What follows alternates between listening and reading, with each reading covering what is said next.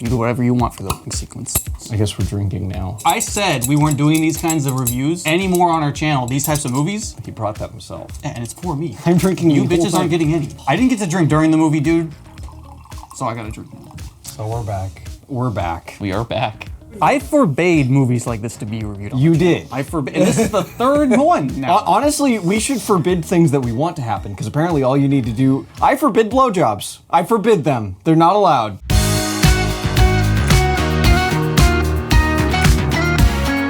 You did forbade these films, but I think that there is a driving force that has been pushing us to continue to review these films. Some might call it supernatural, and others might just call it Keegan with a gun, forcing us to watch and review these films at gunpoint. I'm very compelled every time I come back to these movies by a loaded weapon. Today we're going to be reviewing Horror in the High Desert 3. If you haven't seen our previous videos on Horror in the High Deserts 1 and 2, you should go watch those because a lot of context is going to be relevant and needed for this review. Yeah, if you haven't seen 1 and 2, watch those, watch 3. Outside of the bit that Keegan is making us watch all of these movies at gunpoint, I was very excited for this film because we were waiting months. We talk a lot of shit, and I want to say this at the outset of this review. We talk shit on these movies, but at the end of the day, Dutch is a small-time filmmaker making really low-budget movies in the desert. He's running around. He seems like a great guy. Seems like someone who's out there living the dream. You know, he's making money off these movies. He has a fan base.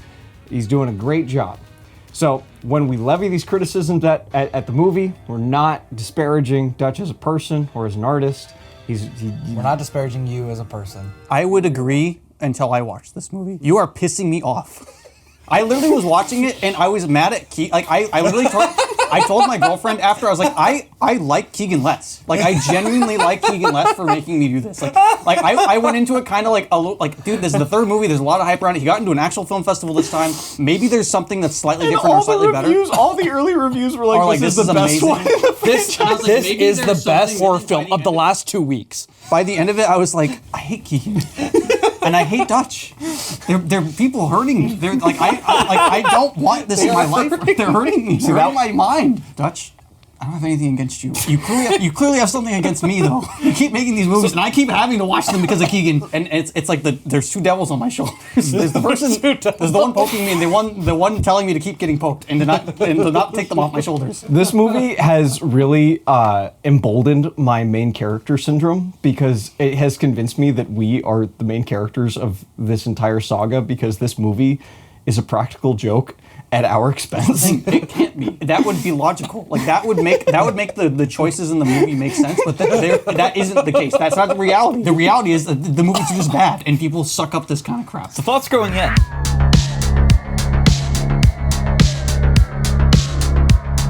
Keegan, you, and you are the reason that we started this entire journey. Next time he holds a gun to my head to watch the fourth one, I'm going to tell him to pull the trigger. Your gun doesn't scare me anymore, dude. I've got nothing left to lose. This clip will come back. I'm just not in the next one. Keegan proved that he was not bluffing, and so here we are reviewing Horror in the High Desert 4. And then you're back in the third one. You have a massive head cast. So I watched Horror in the High Desert 1, and the last 20 minutes scared the shit out of me. It was very, very spooky. Scared the shit out of us. Notice how even a fan of that film is still just saying that the last 20 minutes is the good part. I thought the first hour was fine. Dutch is a small-time filmmaker in the middle of nowhere, Nevada.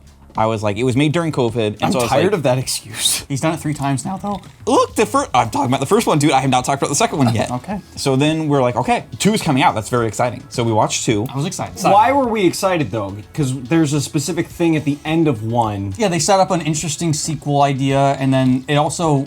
And so now there's this whole band of influencers who are out there wanting to find this person. The ending of the movie kind of feels like the start, where it's like, oh, now we're kind of unraveling something that I do want to see. I do want to see what this is all about. And then 2 happens, and it's not about that. Yeah, 2 is a... It's the first of many farts in your face. First movie ends with a teaser for a plot line that is not the plot of 2.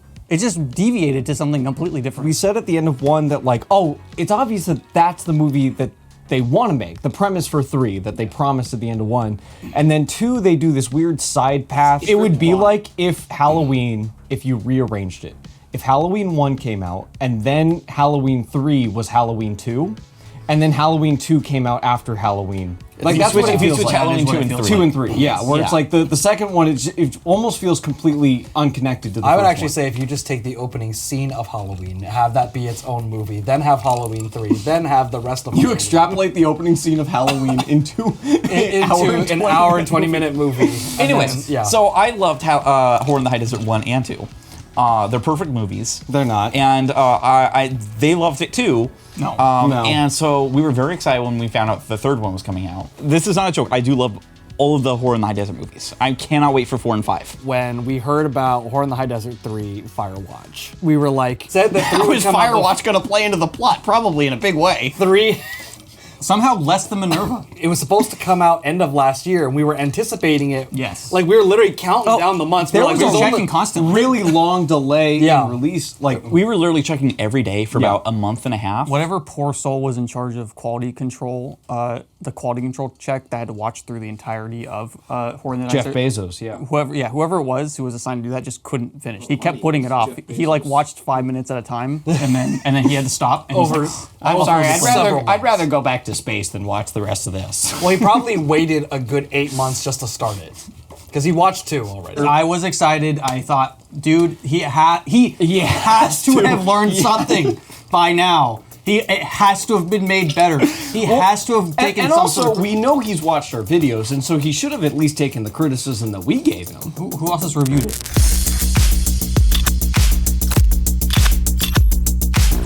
It was a masterpiece. I hate you. Keegan I loved shouldn't it. be allowed to speak for the rest of the review. His thoughts are useless. He is a useless person at this point. His mind is poisoned, and he's just trying to poison our minds. Let's start from Let's a start plot start from the overview. beginning. Keegan, master of plot. So the plot is a guy named Oscar from Mexico. First name Oscar, last name from Mexico. Great English for a guy that lives in Mexico. And no accent. Nobody warned me about how cold it gets in the high desert. Like, Basically no accent. Loves trains. here she is, number 81.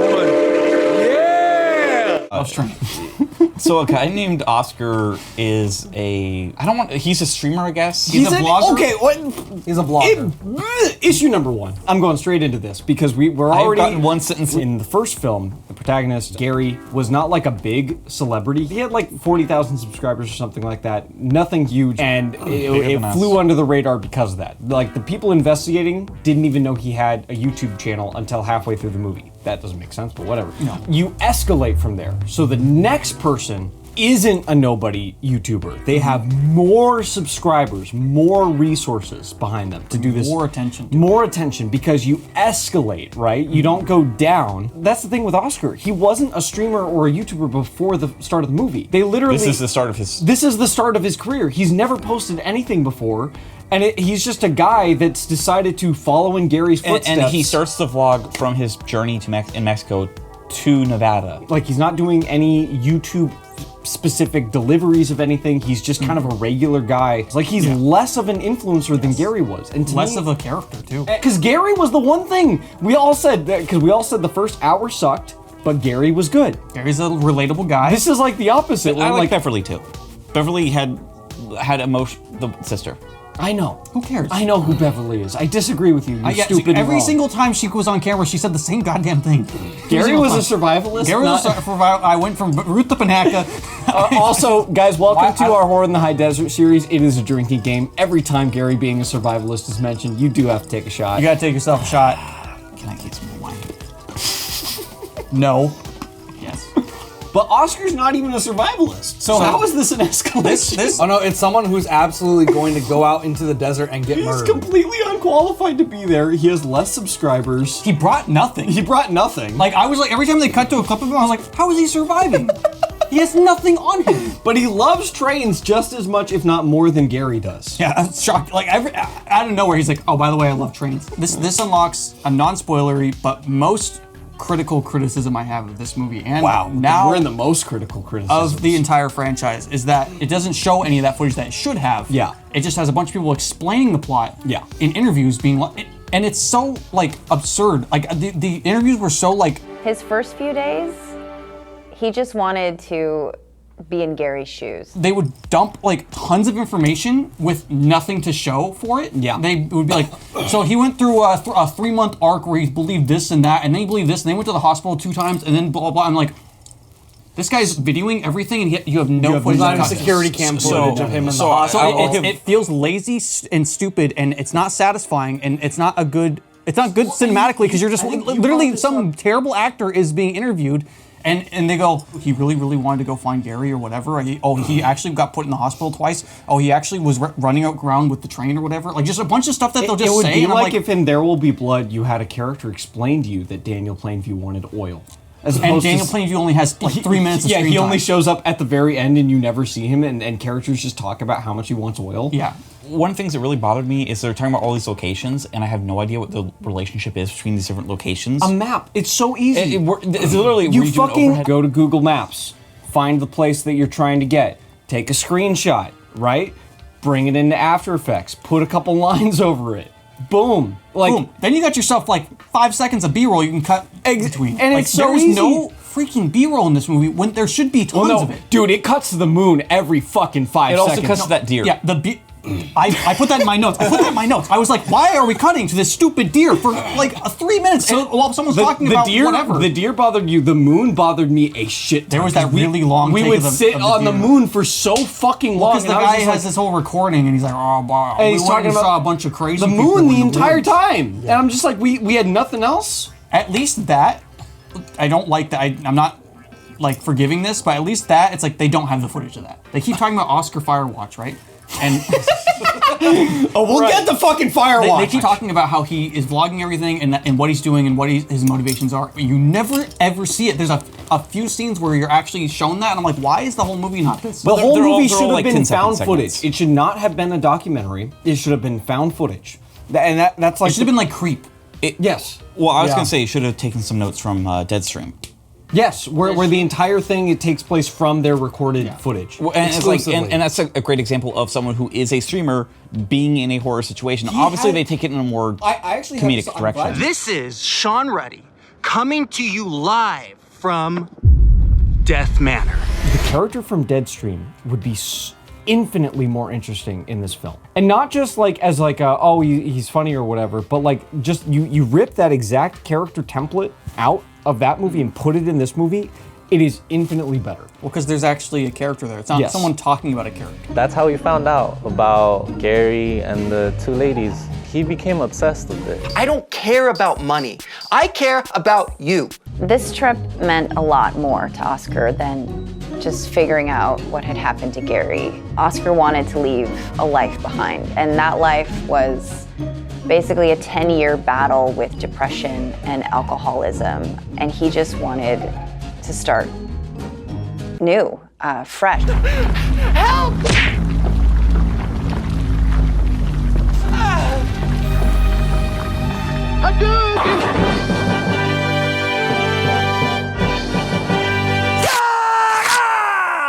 I'm back! Yes. You just have characters from the first movie talk about this character instead of just having that character.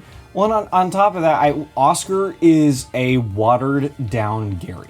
Yes. Gary was a better character in almost every regard. His motivation made sense. He feels more real. Yes. This guy doesn't feel like a real character. He just puts on a he turns the camera on. He goes, "I'm here in the woods. I'm gonna find Gary. I found myself actually." Well, yeah, this guy's like, alcoholism I had, and Gary cured that. So we've gotten one sentence into the plot of what this movie is. So on that first sentence, by the way. So the plot starts, and so with the thoughts going in, I was kind of like, this has to be better. This has to have, like, he has to have tried a little harder. This has to have something interesting in it. And within the first 30 seconds, I was like, nope, it's the same thing. It's just shots in the desert while someone says nothing. They say a bunch of things that mean nothing and ultimately goes Well, nowhere. the first 30 seconds, they give you a recap of the first. You know, Gary two was a movies. survivalist, and he went missing. And then Minerva also his went dog. missing. Minerva also went missing. But there's so much more. Gary had secrets. Gary had secrets. 5 minutes in, I think I sent a text to everyone where like this is not a spoiler because it's 5 minutes in. There's a line where it says Gary has secrets, and I love it. Gary had secrets. Now that I know what Gary's secrets are, I'm like, Gary doesn't have fucking secrets. Like, his secrets were that he worked for a railroad company. They haven't revealed his secrets yet, dude. No, they did. No, they did. No, they're gonna reveal more secrets, dude. What could they reveal? They already revealed that he worked for a railroad company and he's on private land. So first of all, they haven't tied in the fact that he killed his parents with a boat yet. So there's that. I did have a pitch. Dutch, this is for free. Gary should still be alive. Yes, Hear me out. I thought that was going to be the reveal Hear of me this out. one. Gary should still be That'd be alive. awesome. He should have one arm because guess what? Gary Is a survivalist. is a survivalist. Yes. Gary's a. That is for fucking free. You don't even have to put me in the credits. Rick, if you did that idea and you already thought of it beforehand, we want credit. Anyway. I say we don't need credit. You say. Well, I want credit though. No, we're getting credit. Are you kidding me? That is just what should happen if I'm being like if I looking at the thought franchise. that stupid scene with the biker was gonna be like alluding to the fact that was Gary, because I was like, that didn't look like an old man in the woods. That looked like a normal guy. It looked like So Oscar is a blogger or a guy starting a blog because he feels personally attached to Gary from Mexico, and he's journeying from Mexico to Nevada because he has a cousin who lives in the area. Such a terrible. And he's gonna go and because he figured out something that no one else noticed in one of the videos. He doesn't go to the documentary crew about this. You wrote a better idea in the first movie. I thought the idea was that Oscar was a YouTuber, saw this Gary situation, and was like, I'm going to follow this because I think it's interesting and I'll get views out of it. Well, we compared it to Mr. Beast. Like, Yes. imagine if so Mr. awesome. Beast made a video about Gary Hinge and was like, I'm going to spend $2 million to try to solve this mystery. And even if it's a smaller YouTuber than Mr. Beast, but like and general concept of that, like they're a famous person and they are drawn to this situation. Yeah. They have resources, they have cameras, they have maybe even the ability to live stream. You take a literal page out of Deadstream, and maybe the whole thing is live streamed. That adds an intensity too, because you're like, this is live, and if you're like, anything can happen. Like combine Ganjam Haunted Asylum and Deadstream with Horror in the High Desert. Yeah, it is called Horror in the High Desert 3 Firewatch. Bless you. Now, Sam said, why is it called Horror in the High Desert 3 Firewatch? Because the filmmakers involved thought that it sounded cool. At first, I liked it. I was like, okay, if this is gonna tie into the movie, it did sound good at first. If there's a payoff to this, if there's a payoff to this, I was like, honestly, I might actually be able to get behind the Firewatch title. This vlogger guy is choosing to go where Gary went because all of the emergency guys are on Firewatch because of the fires happening, and so he's able to go where Gary was able to go without. Because they're all distracted. They're all distracted. Not too dissimilar from The Dark Knight Rises when Bane traps all the cops inside the sewers. Yes, it's the same sort of thing. Now Bane can run free in Gotham City. Just like Oscar can roam free in Nevada.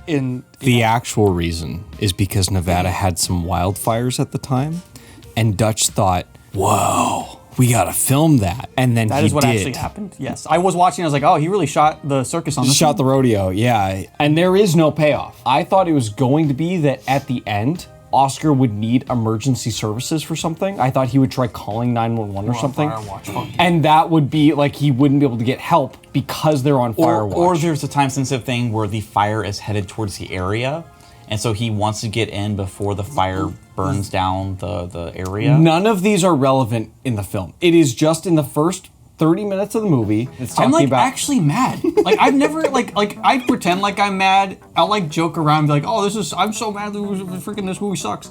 I'm like I'm the third one now. I'm just like, dude, you're pissing me off. I don't want to keep watching these movies and getting pissed off when I watch them. Like, We're watching all of them now. Like that. Like just the Horror in the High Desert, Horror in the Five Desert. If this was just someone we knew that was making these, like it would be different. This is someone who's like, I paid this guy $5 to watch this movie. Oh, I paid him $15 because I also bought the movie on Amazon Prime. I bought all of them. Whoa, you bought it too? I bought all of them on Amazon. So how much money is that? That's 15? Yeah. You said 15? It's like 36 because I bought all of them. We're giving him so much of this. Anyway, so we barely get nothing from this. We've officially given him more money than he's put into all three of these movies. He's going to make so much money. Honestly, good for him. So anyways, there's a lot of talking heads talking about how Oscar has disappeared and what Oscar did and didn't know. It's classic aspect ratio changing is back. Dutch, I was writing down your grades, and that was an F I gave you. You gave him grades? I did. That's a great idea. Can I give him an F minus? The aspect for the whole thing? The aspect ratio's changing out of nowhere. depending on Talking Heads, they have a widescreen, but then sometimes they don't. And then the rest of the movie's not widescreen. It's like, pick one. You do widescreen the whole time, or you do full screen the whole time. It's simple. There's a lot of Talking Heads. It kind of wears more than in like the first two because you've already seen it before. So it's like, it's very close structurally to the first movie. Yeah. Except Oscar's not as charming as Gary. But I will give Dutch credit. I think the editing and the performances overall are better across the board. Not substantially. I would say the editing is better. The roommate versus the cousin, they're about similar. Oscar had come by a couple times in the past. I wasn't able to spend time with him. Yeah, you already brought the private eye back, which had a great mic drop moment when he showed up. It was like, I literally wrote, hell yeah, the PI is back. That was my note. Oh yeah. I believe my note was reporter, PI, and sister are all back, exclamation point, well, since we're all sharing notes, I wrote, and just when I was debating if the acting was worse in this one, he's back. Think. Well, I also wrote, oh my god, their back is back. Oh my god, they're back. And she's got a face reveal. Dude, you know what I loved is Oscar's cousin, dude, and also, oh my god, their back is being interviewed in just an acting class studio. Everyone's in the acting class studio. Not everybody. It has that classic characteristic look of like a small acting class type deal, to me. There's a part where there's a motorcyclist at night. That whole sequence, it's spooky. Such a waste of time. Fuck you. It was such a waste of, so I know what you're talking about. It's like, oh, it was kind of spooky. But then it just didn't go anywhere. Here's my argument. It is the best part of the movie. So one, the biker is a terrible actor. Two, they have the footage of him like, he's like, I passed something on the road. And he's over-explaining everything. He's like, I passed something on the road. And now, for no reason, I'm like, I need to help this person even though they're completely walking away from me. I have to help them. But also, you can't see anything on the road. By the way, I rewatched that scene multiple times. There's nothing that you can see on the side of the road. I literally went back several times and I was like, what they there's nothing there. They needed to have someone on the side of the road and they needed to have circled it in red. And a weird sound should have played. Yes. Like play by play, and then one freaky frame, and it's like, oh, well, speaking of freaky frames, this is why I went back to 2 for that one scene. Because they did do it. I assume that you, This is the only reason I went back to 2 is in 3, they're like, oh, no one noticed this in 2, but there's like a 3-frame shot. Everyone obviously saw the figure at the bottom of the stairs, but no one saw the figure standing in front of the EMT. Where there's a spooky ghost lady. So were they lying to us? It's in 2. No, it's in 2. It is in 2. It feels like a cool like reveal moment in 3, but I think Dutch was just kind of like, you guys shouldn't shoot the spooky guy. They literally, the line of dialogue is like, nobody noticed. Everyone caught this, but nobody caught that. Because it was way too small. Like it was way too it's small. 3 frames. He tried to have a Dario Argento-esque reveal with that. Like it reminded me of Deep Red. A movie later. Anyway, so motorcycle scene happens. That was actually spooky. Yeah, I will give a defense of the motorcycle scene as far as a found footage segment of this found footage horror movie. I thought that the concepts involved and like the actual pacing was decent. Compared to the rest of the movie. Fun fact, the execution is terrible. I get what you're saying. I think the scene is spooky. The scene has no payoff. Nothing in this movie has payoff. That's why I'm pissed off. Every single time they had a scene like that, I was like, oh, they're really making this spooky. So that by the end, because they've had so many spooky scenes where nothing happens at the end, I'm so bored. Like, I know nothing's gonna happen. Like, even if something happens, like, you've already, like, taught me that nothing's gonna happen. It'll pay off in Horror in the 5 Desert. For me, at the time, I was like, oh, this is... We're building up to something good. Because the ending of these movies usually have a good found footage segment. I'll give this one thing. It is the first scene of the movie. It's the first time it's a scene. Like, literally, there's been no scenes until that point. Yeah, no, which I think that's part of So there's that. I liked it under the condition that I thought the movie was going somewhere. Yeah. I think we're gonna have to talk about the biker. I didn't even think we'd have to bring that up. So, yeah. And then after that, it goes into the reveal that... Don't put that away. We got Kevin. He's breaking his purity. Blood of Christ, dude. We're all sinners. Dude. The blood of Christ.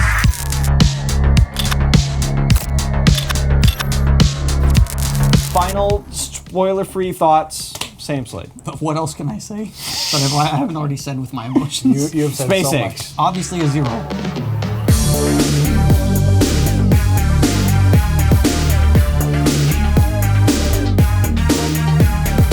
It's obviously a 0. Wow. Here's the thing, Dutch. That's low.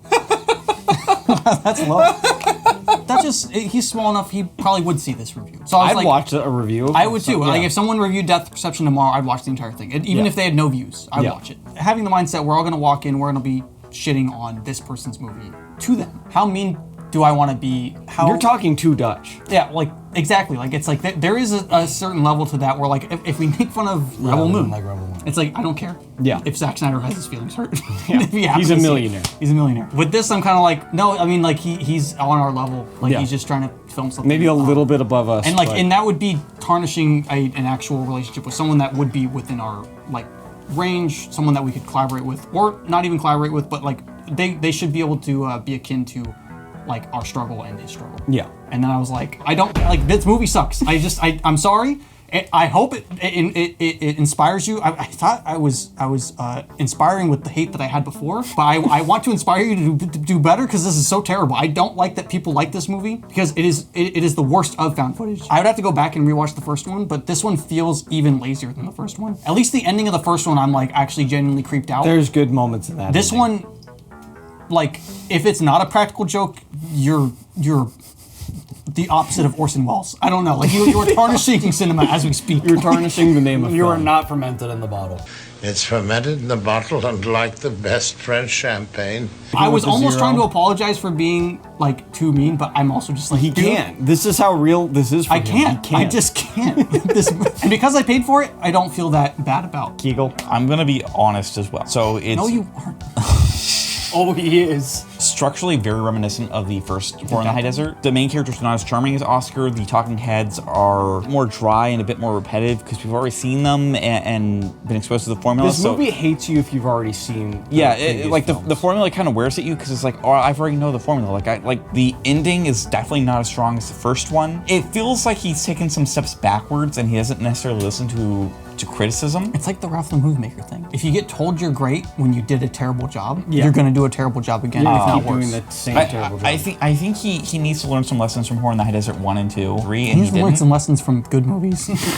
I think he would be improved by watching more found footage horror movies and more documentaries. Yes. Yeah. 12 out of 12 SpaceX is perfect.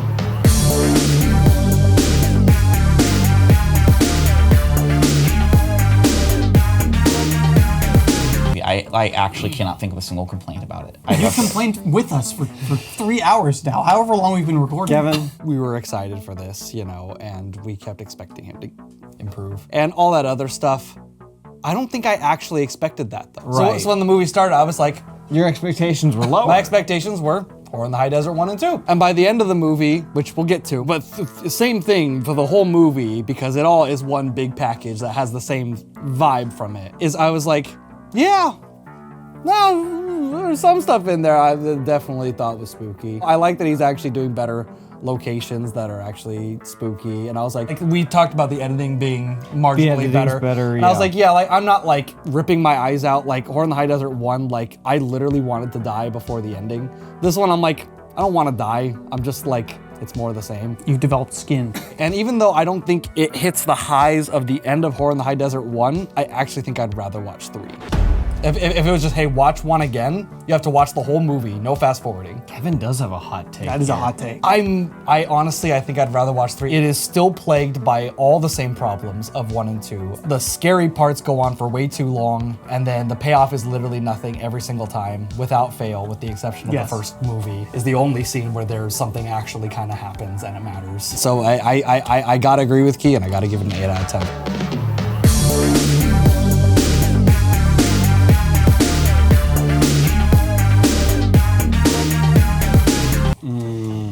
Wow. Fair score. Very fair. I think Kevin's a fucking idiot. This movie's a weird movie in the sense that like it somehow manages to be both better and worse than both of the previous movies. It's like there's no through line of learning where you would think that like the craft got better, but the storytelling got worse. Like that's what I mean. Like the storytelling got worse. Yeah. Like I don't know what he's trying to do at this point because he's literally. It's like it's worse than just having a mystery box. It's like you are not even revealing anything. This movie, you could cut it out of your overall franchise and it wouldn't. I guarantee it wouldn't impact anything. We have not talked about the ending yet, and the ending. We're gonna get there. I turned into the Joker when the ending of the movie happened. You went Joker crazy? I went Joker crazy. Wow. I was literally sitting in my office. My wife came in and was like, "Are you okay? Why are you laughing?" And I was like, "I just You had a bunch of knives around you, and you're like doing. I rewinded it 3 separate times because I wanted to make sure that there was no, like I wasn't getting punked. Like there was no like real ending. I literally texted Keegan something to the effect of, okay, that was really funny. That was a good prank ending. Where's the real ending? Because the ending of this movie literally is a practical joke and we are the butt of the joke. If it's not a practical joke, like, I felt like a chump at the end of the movie, but at the same time, I was like, oh, you know what's great about this franchise is that now it's something I can prank other people with. Like, it's like when you get whoopee cushioned, but then like the guy's like, hey, you can use this on other people later. I can't name a single person that I hate enough to show them this movie. I did it to you. So because of that, you know, as a movie, it's like a negative 12 out of 12. Wow, negative 12. As a prank, it's 12 out of 12.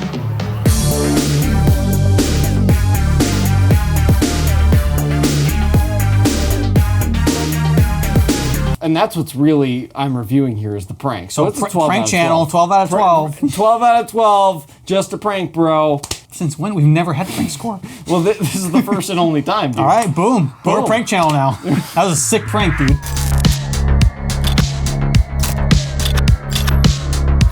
Oscar goes to a spooky ghost town. So to introduce the spoiler talk, I had a very similar feeling in this movie that I did in the first one, where the first one is playing and I hated it for so long, and then the movie kind of starts at the end. Yeah. I'm kind of like, oh, I'm actually kind of interested in what's going on. So you were opening the cheeks. I was opening the cheeks, dude. So with this one, slowly, they actually kind of introduce a thing I wanted in the first one, where remember I said I wanted a 3-act structure within the ending. Yeah. Oscar has a plan going in. He's like, I'm going to hop on the train.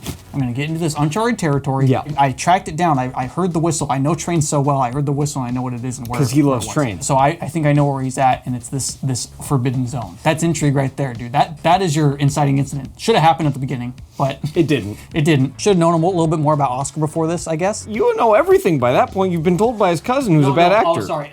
Our grandpa's dad, pushed him over.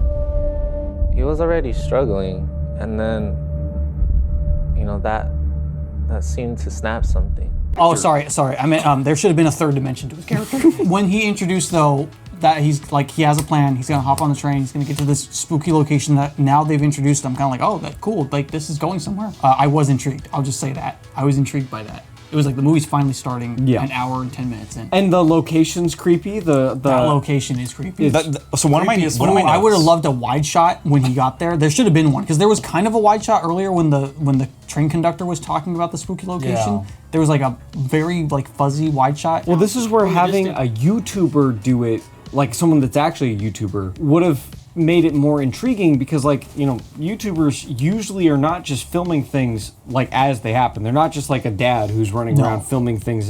They're getting shots. Yeah, they're getting shots. Yeah. An actual influencer would have probably had a drone with them, would have probably gotten wide shots, because you're telling the story. Watch one single YouTube video. I don't understand why you'd have that ending in the spooky town and then it's all just like, it just cuts to the ending, right? Yeah. It just cuts to the ending where he's walking around and found footage. And he's like, they're in the trees. Do you want to talk about your favorite line? It's like the perfect example of like student filmmaker dialogue. It cuts to the shot of Oscar like discovering the cave, and there's like branches over it, very freshly cut branches over it. And he's like, oh, someone didn't want this to be seen. And it's like, oh yeah, there's a cave behind those branches. And it zooms in, and it's like, yeah. And then cuts to him in the cave. And he's like, cool, he's in the cave. You cut too fast. Sorry, too fast. I did cut too fast. It was like. Cuts to him in the cave. I don't need to be explained how he got there. I don't need to be told. We're showing a cave now, we were showing him branches covering a cave, and now he's in the cave. He moved the branches, and now he's in the cave. But Oscar's like, I moved the branches. I moved the branches. He goes to... He wanders around a spooky cave, which I was like, this is cool. It is cool at first, and then it goes on for 4 hours. That is the whole third act. The camera has already peered around the corner, and his hand is like nervously about to go around the corner, even though the camera can see already around the corner. In the the final 30 minutes or whatever of Horror in the High Desert 1, you hear spooky noises. You hear that really creepy song that plays, like that singing or whatever that you hear. Oh yeah, so spooky. Like, we literally have not gotten a single moment like that since the first movie that even rivals how creepy that shot was. Maybe the shot of the car going by in the second one with the creepy guy in the background. That's a creepy shot. It's a creepy shot. I don't know if it's as good. It's not as good. No, because that shot, you're looking at it the whole time and then it moves. It's a very clever use of low quality video where it's all, you're literally staring at it for a solid 5 the moment seconds. there's any movement, you're like, ah. The bit rate's so low on the camera, like you don't even know what you're looking at. It's great. Yeah. You don't really get anything like that in this movie. Like, he goes to the caves. No, you just have him talking about how they don't like the light and that they're in the trees. And there was a weird noise in the tunnels, and that was kind of spooky, but it only happened like once or twice. Yeah. And it wasn't clear what exactly was going on. And then he goes into the town, and he's like, they don't like the light, which is a reference to 2, the serial killer. The serial killer says that. Oh, he says that that my friend doesn't like the light. Yeah, he turns on the light. He's like, my friend doesn't like the light, and then he turns it back off. And so this climax is going on. Yeah. And I'm like, it's like, it starts out and I'm like, okay, anything could happen. The spooky guy could show up. The really spooky guy from the first one could show up. Or maybe a bunch of them. We skipped him in the second one. They've pretty much said that there's a bunch of them. Well, they established at the beginning that there's multiple. Oh my God, they're back. Well, at the beginning, the engineer, was like, look at them. There's a whole bunch of them on the roof. Everyone blows their horn when they're going through there now to let them know they're coming. On paper, that sounds like a really creepy setup and payoff. It's like, why were they blowing the horn and then they pay it off? But it's not. It's so sloppy in this movie. It's like they have that creepy reveal with Gary. They're like, why was there a horn in the background? He was so far away from anything. There shouldn't have been anything out there. And then it's like they just explain it while the moon is showing, and I'm like, you have way overstayed your welcome. Even if something creepy happens, like I'm like, you have been here at this creepy location for so long, I'm bored. Like nothing's happening. Like nothing's happening. And then that's my issue, and that's why I compare it to the first one. In the first one, we go to a location, we have this setup that something bad's gonna happen, and then we get a payoff to that. In this movie, and there's creepy stuff happening throughout the climax. He's talking about, oh, they're in the trees or whatever, but you don't see anything. Like, there's no sound effects. And I was pausing constantly. I was like, yeah. No, that's not. I was in the same boat. I kind of want to talk about the finale now. He goes into a random ass building. It's the church. I like the location. I was looking at it and I was like, that's cool. How did he get, this is a cool spot. Something really cool could happen right now. I am like squinting and cupping my ear to be like, what is happening? You occasionally hear like something on the roof or something, but I'm like, that could be a raccoon. He says something like they don't want to come in, and then he realizes they don't like the light. And so he starts to do a flash camera situation. And he's looking down a hallway, which he knows is the only way to get to him. So it's like he's kind of cornered himself in. That should have been most of the ending. It should have been less wandering around doing nothing, and then and it's more like spook moments. And then like it's just this. like, what if literally the camera bit happened for like a long time? Like what if he does like 10 shots? Yeah. And then on the 11th one, it's something creepy, and you're like, I've been sitting here for so long. What is that? That sounds boring for an extended period of time. But if we have a little bit, you can see a little bit, and then there's a flash, and that gives you detail. You have a camera that has the capability of doing really high ISOs. So like, really, really low light sensitive He cameras. can't see, but the camera can. He can't see, but the camera can. But the camera, you're pushing it past its limit, so it's only seeing mushy kind of shadows. So like, and then you get these flashes of the flash camera. So it's like when you do see from the primary camera, you're just seeing mush, and then you get a flash, and it's giving you the kind of higher resolution. Because if you're doing that for an extended period of time, what I would hate is what we got at the ending, which is just black and then flash. And so it's flash, nothing, and then flash, and then you get a glimpse of the big spook. And Finally. What is that? What is that? Waited 3 movies. I didn't even think it was real. And then it flashed again, and then you see it again, and you're like, whoa. What is that? What is that? What is that? And then it flashes again. I'm not even spooked anymore. It's What is not that? there. What is it? Oh, it's gone. And it's right in your face. Ah! And it's a tree! And it has a big spooky blah, and it's like, dude, no, stop, don't eat me, tree. I had to rewind it. I also did. I rewound it and paused frame by frame because I was like, there we all has did to the be same something thing. more than a tree. So fun fact. They don't always take the shape of Did you also go humans. try to get a screenshot of it too? I actually watched it on my television with a remote. Same did I. Yeah, I did. Same did I. 'Tis I, the one that also did what you did. I sat in my office for a solid 5 minutes. I was laughing like the fucking Joker. This whole franchise is a joke. We have watched 3 movies now, and this was like the big premise that they've been building up to for 2 movies. Like, this is the one, if you're gonna have a big reveal, this is the one you have a big reveal at the end of. And the big reveal is that the monster's a fucking tree. I was Sometimes. I'm getting fucking pranked. They don't always look like people. Sometimes they look like trees. If we never saw the tree, that line would be infinitely scarier. Has anyone told him that trees aren't scary? So you know how you said you were laughing? I was cackling. Yeah. I was so mad I couldn't. Like, I literally was looking at the frame.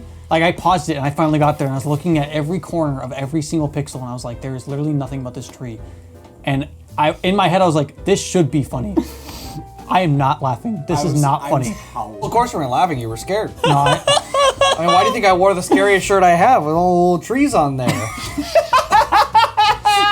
It's very scary. I'd never noticed the trees, and now that I can see them, I am pissing my pants. It's scared. You're scared. Did he think of that on the day after drinking 12 claws? Yeah, I watched the last 5 minutes thinking, okay, well, that was just a tree. We're gonna have the real ending. No, I think I literally say, well, we got 5 minutes left, so we'll see what happens. It's gonna do the horror in the high desert thing. Being like, hey, that frame was fucking scary. It's like, oh, yeah. Why didn't you didn't bother including that in the... Why didn't the documentary people notice it for last time? Or they're like, oh, this Gary thing is like really interesting. Okay, why didn't you have that in the first one? For all the complaints I have of Lake Mungo, it at least does tell you where the spooky things are by the end of it. Like, it shows you where the spooks are. Like, what if they cut to the footage of them finding Oscar's body, and it's like, and it's like Annihilation. He's got a tree like interwoven with him or something grotesque. I couldn't believe it, and so I had to take a screenshot, and then I started laughing after I took the screenshot because I was just staring at the screenshot. Yeah, for me, it was the laughter of knowing you were gonna watch this movie. I was cracking up thinking, Sam Slade is going to get to the end of this movie, and the final payoff is that a tree almost kills Oscar. I was in such a bad mood after, dude. I literally spent an entire week waiting for Alec to watch it because we worked together, so every single day he would come in and he wouldn't start a conversation about it. And so I'm like, oh, he hasn't seen it yet. And every day he didn't come in and was like, was that a fucking tree? I was like, oh, he hasn't seen it. I would love if there was footage out there of the premiere of this movie at that film festival to see what people... It's a found footage festival. They all loved it. Do you think they were like... They loved it. They loved it. Yeah. Tree? They loved it. Next time I see a tree, I'm gonna be scared. Hey, there's only one bite of poop left. Do you want it? No, it's okay. You can have it. I'd have had it. No, I want it. I want it. No, you got your own poop. I told you if you wanted poop to get it at the concession stand. I already finished mine. I swear, complete strangers you just meet at the movie theater. That's what happened. At the premiere, I'm sure. Are we being too mean? No! I laughed about it because it's funny, but for a real movie, to have the ending be a tree jump scare is fucking ridiculous. That is unacceptable. It is unacceptable, it is embarrassing, and it is insulting. You have made 3 freaking movies now. You should know that that's unacceptable. So yeah, well, I'll back you guys up on this 100%, because like, what it should do is it should freeze frame on the terrifying thing and just like let it hang, where it's like, this is the last image we got from Oscar's camera. Have it be a creepy tree at least, not just like a tree that Dutch obviously fucking put in a pot. If you're insisting on the tree, is you have people laughing in between the darkness, and so like the trees appearing and disappearing, and you have other objects. Or a bunch of trees. And you have people you hear laughter. If the tree was following him for longer, where if at first it's kind of funny, like it's like that tree wasn't there. That tree wasn't there. And then but if it keeps going, it could it's like, oh, the trees are alive. They're trying to kill him. Yeah. Yes. And you hear laughter in the darkness, or like you weird make creepy them sounds. Humanoid in some way. You make them alive. Yeah. Instead of it just being Veggie Tales. Like, it's just like freaking a tree showed up. This is the thing that pisses me off so much about it, is I'm watching it, I'm like, that is a sick location. And they wasted it. You've got it in the bag. This should be a good climax. If you could just do the same thing you did in the first one, even if it was the same thing, you got a creepy guy in this cool, creepy location, that's one thing, but it's like, how did you ruin it so easily? I want to read 2 things from my notes section. One is something I forgot to mention earlier. The location is called Spook Mountain. 2, this is a part I locked in a guess, and I said my guess is underground mutant cannibal tribe, and I was wrong. And the entire ending, I was like, they did a tree instead of fucking underground mutant cannibals. They did do that. I think I just want to reiterate my point about the B-roll. Reiterate, pop off, King. This movie isn't even made like a movie. It is literally, he just took interviews and then shot deer. How do you film the deer and then just cut that over your, not, like, it has nothing to do with the interview, and be like, I'm making a real movie, I'm a real filmmaker. To be fair, one of our notes from the last movie was that he cut to black too much. So I He will did that give- too, though. Yeah, I will give him credit. There's less cutting to black in this one. Like, it's not that you cut to black, it's that you cut to nothing. Yeah. The color's not the problem. The problem is that there's nothing there. Cut to something spooky. Spooky drips. Spooky drips. Cut to recreations. Yeah. Documentaries do that all the time. Or It is better. be a real filmmaker and cut to footage that you filmed, because you have a character that is a literal vlogger that should have tons of footage to cut to. And if you keep talking about what he's doing and not showing me, you're not making a good movie. I don't care, even if the ending was awesome, it wouldn't have been good. Like, even if we got to that point in the end and it wasn't a tree. Well, that's how Horror in the High Desert 1 is. Yeah. The ending is And I don't decent. like Horror in the High Desert 1. That's what I'm saying. Yeah, I don't have to say anything else. I don't know what else to say. That's like, You're angry. I'm so mad. This is the most emotional I think I've ever seen. You have Sam Slade. irreparably damaged my relationship with Keegan. Like, it is worse. It is worse. I like Keegan less now. I will agree with Sam Slade in terms of a lot of the structural issues. There are a lot of issues, a lot of lessons that Dutch Marich should take away from these in terms of like improving himself over time. Like with one, I've given a lot of leeway with one just because it was done on such a low budget. It was done during COVID, so he was very limited. He had a hard time getting actors because he is in the middle of nowhere, so there's not a lot of actors that are available. So I give passes on a lot of that. 3, I feel like he had a budget. I feel like he had time. I feel like He had the idea. He had a spooky location. He had location. He could have severely improved it. I Oscar's agree with even at the actor is a decent actor too. Yeah, I don't think he's a bad actor. It should be starting off with him getting on the train and then following him as he's going through. Well, it should have been structured like a Well, movie. it should have been yeah. structured like a movie. It should have been a character. I think it's actually hampered by the concept of this series. The concept for this series is that it's not just supposed to be like movies telling this story. They're supposed to be like episodes from almost a like Dateline-esque true crime TV series where it's supposed to be like telling you the story with what a TV crew might have as far as information. You're not supposed to be thinking about it as like Dutch the filmmaker, what he has. You're supposed to be thinking about it as like what the people in this universe would have. They would have way more. I agree completely. But this is where I think it's hurting the movie, is that Dutch thinks he has to include characters like the reporter. The reporter didn't need to come back for this movie. The PI didn't need to come back. Gary's sister didn't need to come back for this movie. This movie could have and should have just been about Oscar. But because he's like latched himself onto this narrative structure that he's decided that this franchise needs. Because it's easy. Well, and you could have done something a little bit more anthology-esque, where each movie is kind of like a different story in the high desert. Yeah. And maybe there is kind of like a through line of like, there's a type of monster that lives in the high desert. No, instead they just don't tell you anything. Yeah. Instead, like, we're nothing 3 movies happens. in, I'm like, what even is happening? Yeah. Yeah. Kevin? Final thoughts. I mean, I didn't like it.